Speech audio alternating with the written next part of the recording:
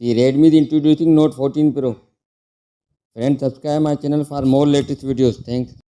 The Redmi Note 14 Pro will come with a Snapdragon 7S Gen 3 processor. This is a pretty significant improvement because the Snapdragon 7S Gen 2 was manufactured by Samsung.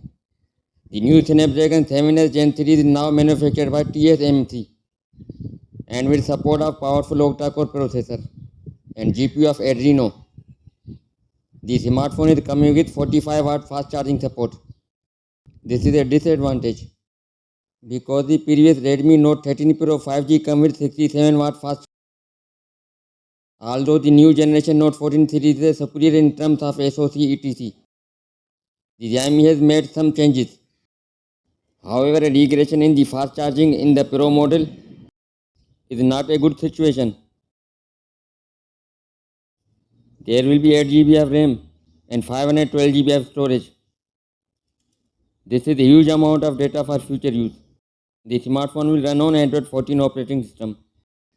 Other features are dual SIM, Bluetooth, Wi-Fi and coming with a big battery option that will be run all day with a one full charge. That's all for now and thanks for watching.